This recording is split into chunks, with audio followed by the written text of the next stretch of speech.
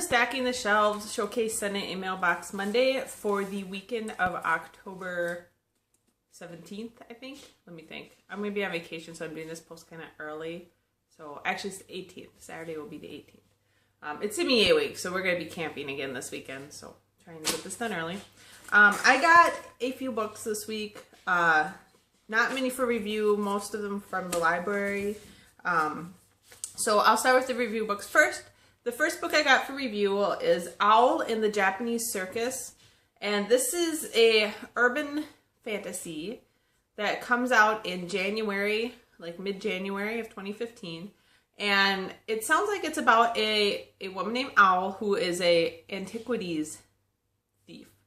And she gets commissioned by an actual dragon to steal something. And that's all I know about it. It sounded really fun. They're marketing it towards fans of like Jim Butcher, Kim Harrison, those kind of urban fantasy authors. So I'm excited to read that. And I believe the lady who writes it is Christy Cashier. It like my printer just stopped printing the bottom, so you know, I don't know.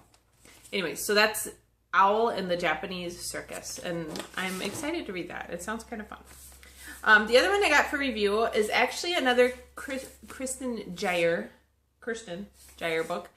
Kirsten Jayer wrote the Ruby Red trilogy, which was kind of this young adult time travel historical novel. It was really interesting. This one is another book by her. It's called Dream a Little Dream. It's the first book in the Silver trilogy, excuse me.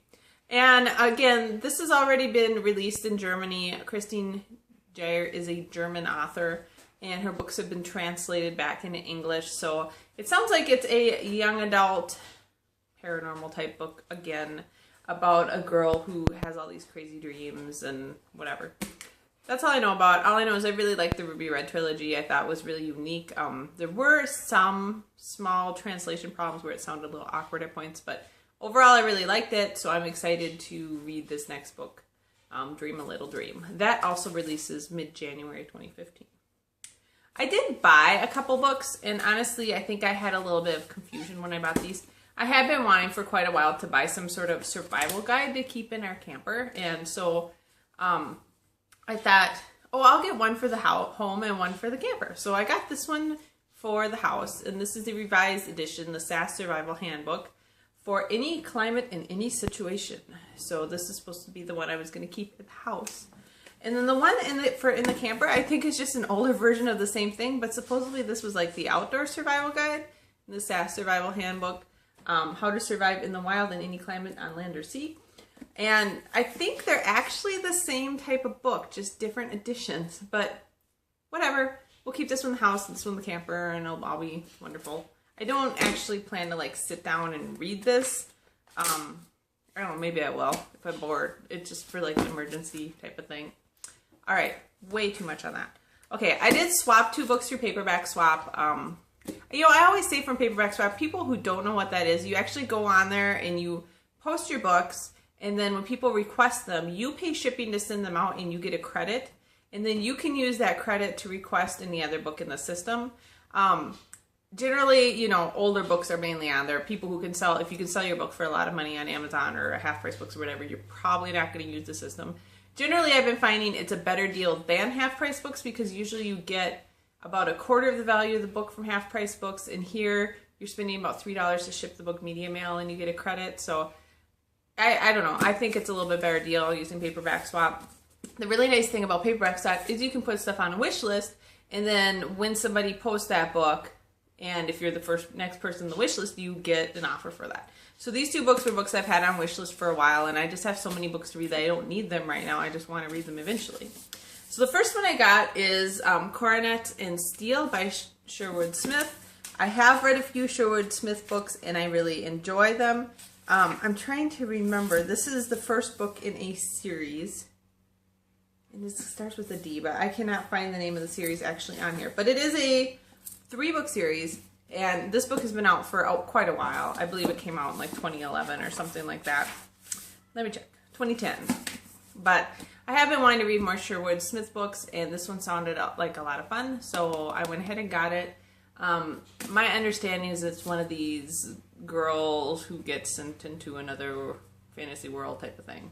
But that's all I really know about it. So once I read it, I will review it. The other one I swapped through Paperback Swap that got granted on my wish list is Drink Slay Love by Sarah Beth Durst. I have read a couple. I've read Ice and Enchanted Ivy by Sarah Beth Durst and enjoyed them both. This one, again, has been out for a while. I should have just looked, but I had it open.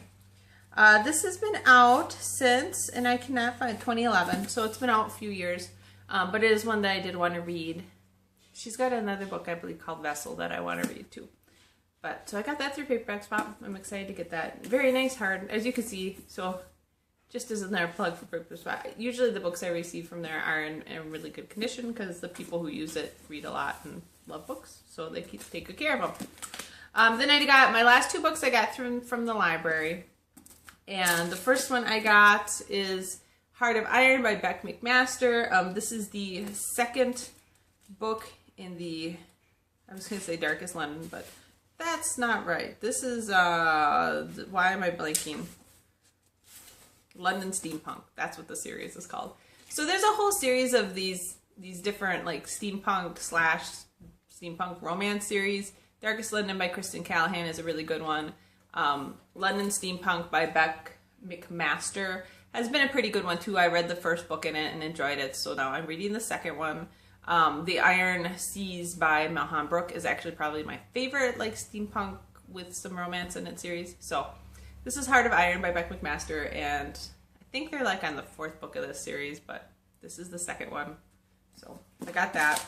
And then I got the third book in Jacqueline Carey's Agent of Hell series, and that is Poison Fruit. This just came out. I haven't liked this urban fantasy series by Jacqueline Carey as much as the Cushill's Dart series, which is a historical fantasy series. That is much higher quality writing. However, this has been a fun series. It's got a heroine in it whose name is Daisy, and she's an agent of hell, and she's trying to keep, basically keep everybody in line in this little town where there are a whole bunch of supernatural people. It's like a nexus for like supernatural stuff. And yeah, you've probably heard that storyline before if you read a lot of urban fantasy, somebody who's like the liaison between the supernatural and whatever. Daisy is very funny. She's just quirky, and she has a tail, which is a little weird, and it's been good. I enjoy them. I'm not going to say it's the best urban fantasy series out there, and it's definitely not as good as Jacqueline Carey's historical fantasies, but it is a fun urban fantasy series, and I do enjoy reading it quite a bit. So I'm excited to read this and see what happens in Poison Fruit.